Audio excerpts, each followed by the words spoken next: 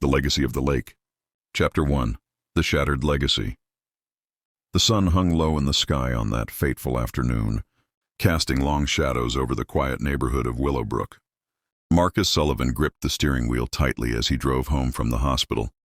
His 12-year-old daughter Emma slumped against the passenger window, her face pale and drawn from another grueling chemotherapy session. The air in the car was thick with the sterile scent of the hospital, mingled with the faint aroma of the takeout chicken soup he'd picked up on the way, Emma's favorite, though she barely touched it these days. As they turned onto their street, Marcus's heart skipped a beat. Something was wrong, terribly wrong. Where his great-grandfather's barn had stood for nearly a century, sturdy sentinel of weathered timber and family history, there was now only a chaotic pile of rubble. A massive yellow excavator sat idle beside it, like a beast that had just finished its feast. Splintered beams, nails, and dust littered the lawn, and the air reeked of diesel fuel and freshly cut wood. "Daddy, where's Great-Grandpa's barn?" Emma's voice was a fragile whisper, cutting through the haze of shock that enveloped Marcus. She straightened up, her eyes wide with confusion and a hint of fear. At 12, she had already endured more than most adults. Leukemia had stolen her hair, her energy, but not her spirit. Yet this was a blow to something deeper. Marcus couldn't answer immediately. His knees buckled as he stepped out of the car, the world tilting around him. That barn wasn't just a structure. It was a repository of memories. Summers spent with his father learning to wield tools, hearing tales of great-grandpa William Sullivan, who had built it in 1924 with his own hands. William had been a visionary, a man who believed in creating things that lasted through generations. The barn had been Marcus's last tangible link to his father, who had passed away from cancer just 6 months earlier in the same hospital where Emma now fought her battle. I don't know, Em. Marcus finally managed, his voice cracking.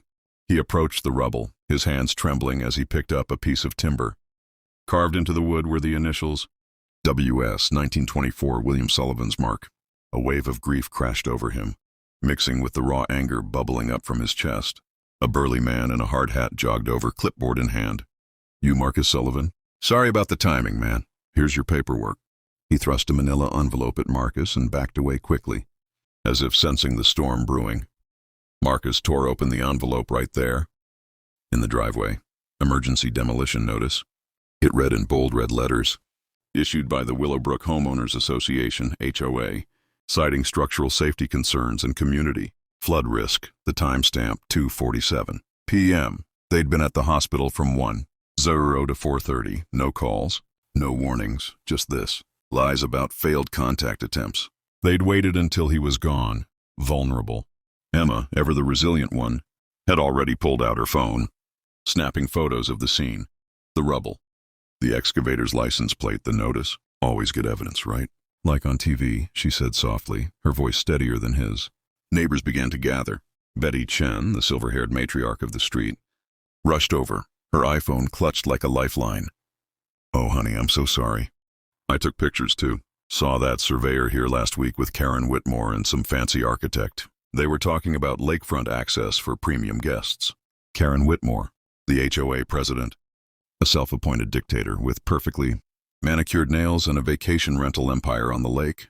Willowbrook Resort was her pride and joy, a $1 million playground for the wealthy. And now it seemed she had set her sights on Marcus's property. Chapter 2. Echoes of the Past. That night, sleep eluded Marcus. He sat at the kitchen table, the demolition notice spread out before him like a declaration of war. Emma was tucked in upstairs, her iPad glowing softly as she scrolled through photos of better days, family picnics by the lake, her grandfather teaching her to fish. The house felt emptier, without the barn's shadow looming protectively over the yard. Marcus's mind wandered back to his childhood. The barn had been a sanctuary. His father, a quiet man with calloused hands and a storyteller's heart, would spend hours there, regaling young Marcus with tales of William Sullivan. Born in 1894, William had been a chief water engineer during the Roaring '20s.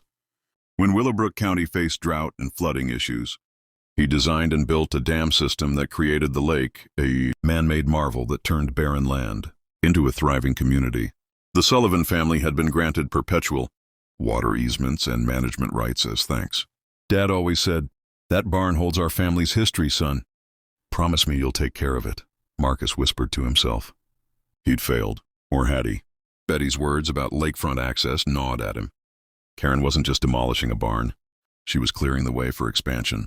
The next morning, Tank Rodriguez, a Marine veteran from down the street, stopped by. Tank's weathered face spoke of battles fought overseas, but his eyes held a quiet wisdom. Brother, this is bullshit.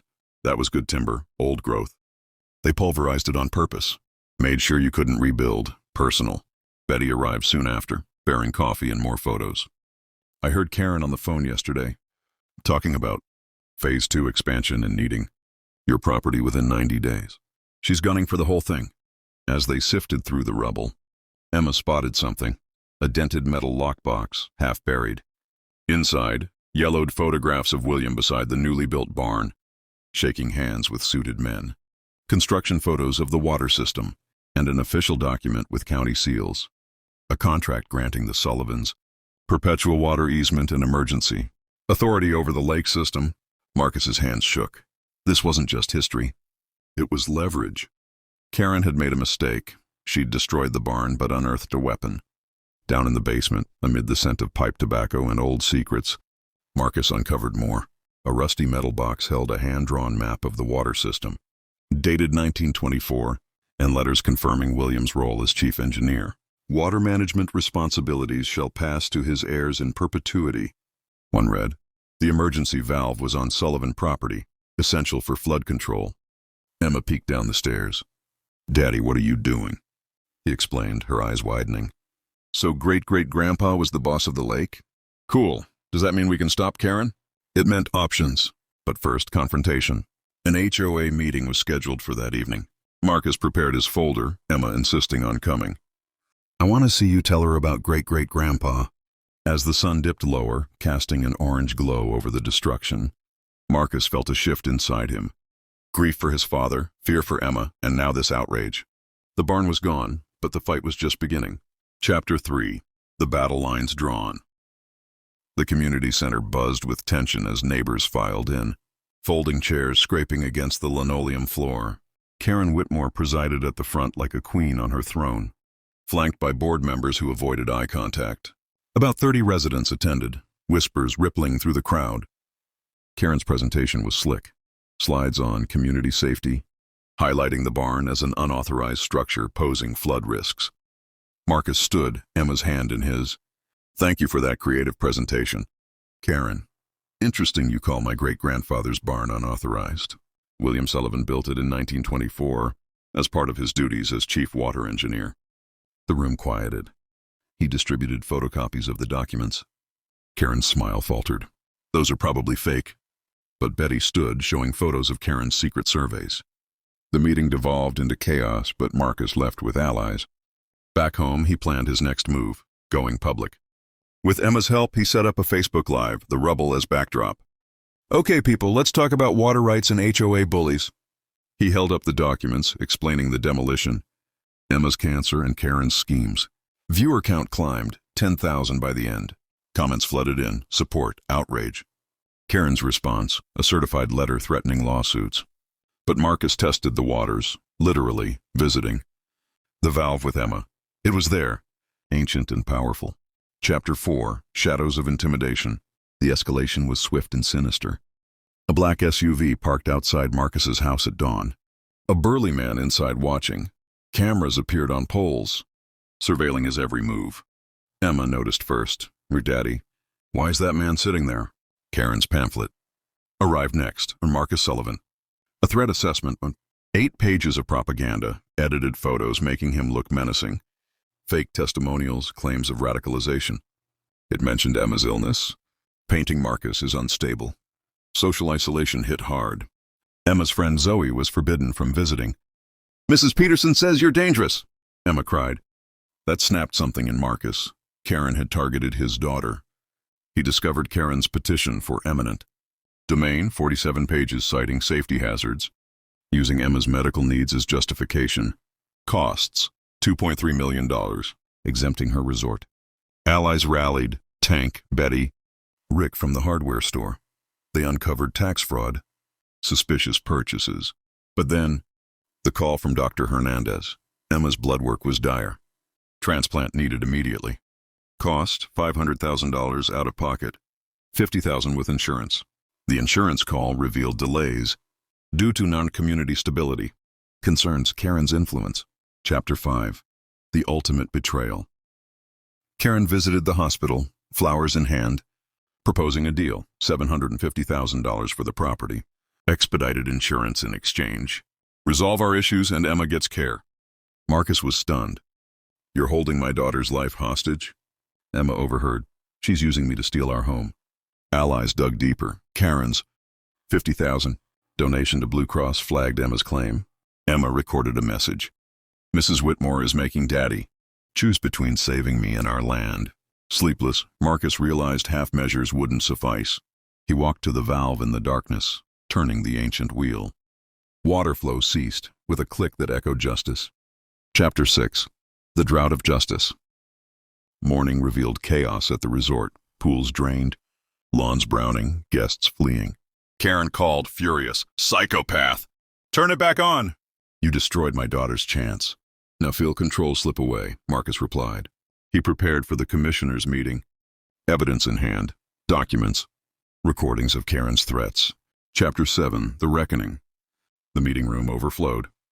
Marcus presented his timeline, played Emma's message, revealed EPA violations, and Karen's audio admissions. Karen broke. I was protecting the community. After losing my son, I won't let him destroy what I've built. The room erupted. Her admission sealed her fate. Chapter 8. Falling Empires. FBI investigated corruption. AG probed tax fraud. Insurance approved Emma's transplant. Marcus the donor. Karen's resort crumbled. Fines, investor pullout, sales. She pleaded guilty, sentenced to 3 years. Emma's surgery succeeded. Her counts normalized. Chapter 9. Rebuilding the Legacy. The county accepted water rights as public trust. Marcus elected trustee. The William Sullivan Community Center rose on the barn site, with Emma's memorial garden. Plaque, water belongs to everyone. Built by people who care more about tomorrow. Emma painted a watercolor. Some things are worth fighting for. Chapter 10. Flows of Tomorrow. 6 months later, celebrations marked new beginnings. The lake flowed for all, justice prevailed. Marcus and Emma stood ready for adventures, legacy intact.